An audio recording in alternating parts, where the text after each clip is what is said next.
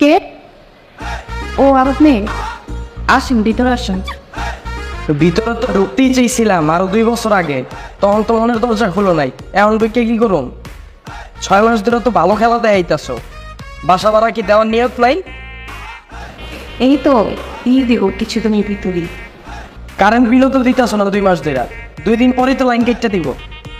এমনি এই গরমে এসি ছাড়া থাকুন যায় না, আর এর উপরে যদি লাইন কাটটা দেয় তখন তো তোমার ঘরের ফ্যানও চলবো না। আহারে মায়া লাগে। সামনের মাসের মধ্যেই সব বিল দিয়ে দেব, এই মাসটা একটু ম্যানেজ করেন প্লিজ। আহারে মাহবুব, এই সেম কথাটা আমি একজনের কইছিলাম, একটু ম্যানেজ করো। তোমার বাপের একটু বোঝাও, একটু ম্যানেজ করো, 6টা মাস ধৈর্য ধরো। যদি কোনো রাস্তা না করলে আমি লাগলে বিদেশ যাবো গা, তাও তোমার বিয়া করুন। ম্যানেজ তো আর করতে পারলাম না, এখন আর আমি কেমনে ম্যানেজ করি?